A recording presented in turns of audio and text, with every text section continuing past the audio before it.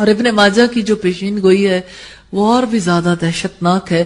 4038 number پر ہے کہ اچھے لوگ مر جائیں گے اور برے لوگ رہ جائیں گے.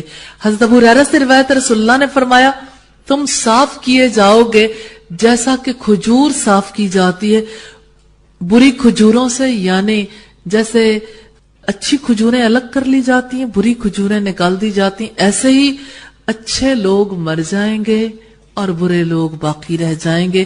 پھر اگر مر سکو تو مر جاؤ، یعنی اچھے ہو گئی دنیا سے جانا. مراد اس کی یہ ہے کہ اعمال صالح کر لو تاکہ تم بھی عمل صالح کے ساتھ اپنے رب کے پاس پہنچ جاؤ. فتنوں کے دور میں دوستیاں تو ہوں گی، تعلقات بھی ہوں گے، لیکن اعتماد اٹھ جائے گا. کسی شخص کو اپنے دوست پر اعتماد نہیں رہے گا. ابو داؤد کی روایت ہے 4258 نمبر پر حضرت عبداللہ ابن مسعود فرماتے ہیں کہ میں نے رسول اللہ صلی اللہ علیہ وسلم سے سنا، آپ فرماتے تھے. پھر حضرت ابو بکر کی حدیث کی طرح بیان کیا. اس روایت میں یہ اضافہ ہے کہ اس فتنے میں جو لوگ قتل کیے جائیں گے وہ دوزخ میں داخل ہوں گے. حضرت ابن مسعود سے وابصہ نے روایت کیا ہے یہ فتنہ کب برپا ہوگا؟ انہوں نے جواب دیا یہ وہ دور ہے جب مسلمانوں میں اس طرح قتل شروع ہوگا کہ کسی شخص کو اپنے دوست پر اعتماد نہیں ہوگا.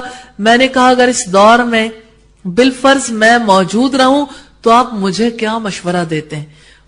انہوں نے جواب دیا تم اپنی زبان اور ہاتھ روک لینا، یعنی زبان سے کچھ نہ کہنا، خاموش ہو جانا، اور ہاتھ بھی روک لینا، اور اپنے گھر میں پڑے ہوئے زین کے کپڑے کی طرح ہو جانا، یعنی جیسے تمہارے اندر کوئی جان ہی نہیں ہوتی.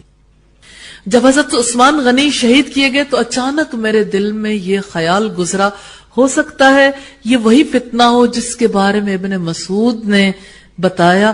تو میں سوار ہو کر دمشق میں آیا اور میں نے وہاں حریم بن فاتق سے ملاقات کی اور ان سے بیان کیا تو انہوں نے اللہ کی قسم کھائی کہ جس کے سوا کوئی سچا معبود نہیں کہ میں نے رسول اللہ سے سنا جس طرح حضرت ابن مسعود نے مجھے حدیث سنائی تھی.